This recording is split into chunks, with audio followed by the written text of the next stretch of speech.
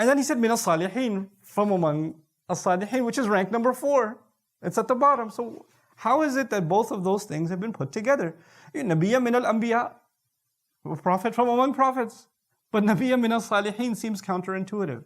Here you have to appreciate the use of the word min in the Arabic language. The word min, which means from, also means on the side of, belonging to the group of, or siding with. So for example, in the story of Musa alayhi salam, هَذَا مِنْ شِيعَتِهِ وَهَذَا مِنْ عَدُوِهِ. This one is from the side of his group, this one is on the enemy side.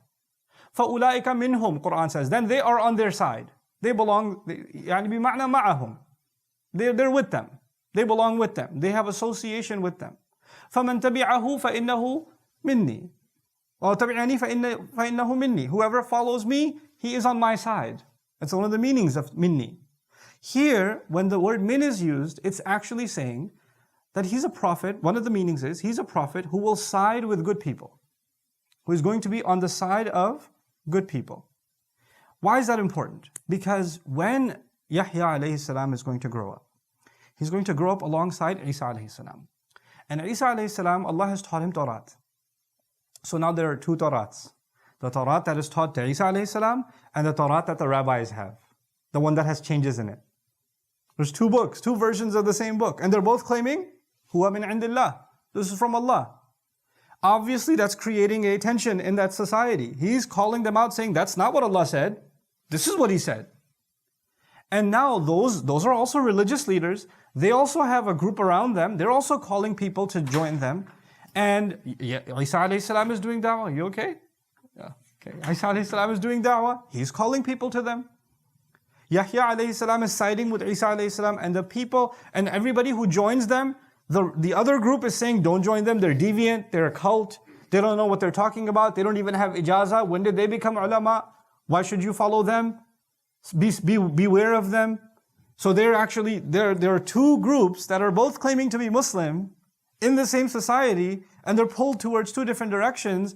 And Allah Azza wa Jal then describes in a very subtle way that those who are going to be on the side of Yahya alayhi salam, he's going to side with those that are good. Because for someone who doesn't know much, and he's just watching this, I trust these religious leaders and he's saying they're all wrong. What am I supposed to do? Which way am I supposed to go? Allah Azza wa Jal kind of gave His verdict that His vote goes with whoever Yahya goes with. وَنَبِيًّا مِنَ الصَّالِحِينَ.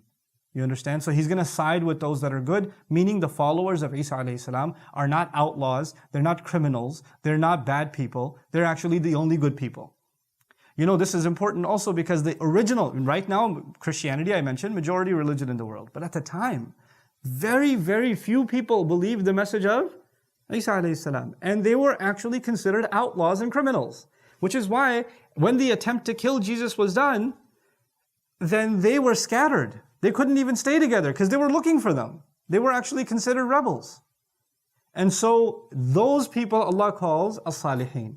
وَنَبِيًّا مِنَ الصَّالِحِينَ. That's a very powerful, beautiful thing that Allah Azza wa Jal highlighted, the way that the career and the mission of Yahya alayhi salam alongside Isa alayhi salam is going to go. So anyway, so those are the 2 things that were outstanding in my mind about Nabiyya min as-salihin. One more thing came to mind. Hasur, I told you to stay away from marriage.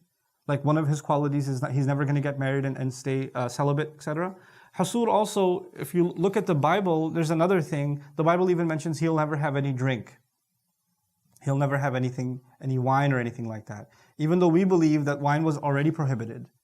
But they had made, they had so many things that were haram, they had made halal on themselves. But he will never come even close to it. And actually Isa alayhi salam never drank either. And this is important because they, in their changed books, they attributed drinking to prophets, which we would never do, but they did. Okay, so now let's come to the ayah. قَالَ رَبِّ اجْعَلْ لِي آيَةً. He said, my master, Zakaria alayhi salam said, give me a sign. It's really interesting. So far, something I didn't highlight in all of these stories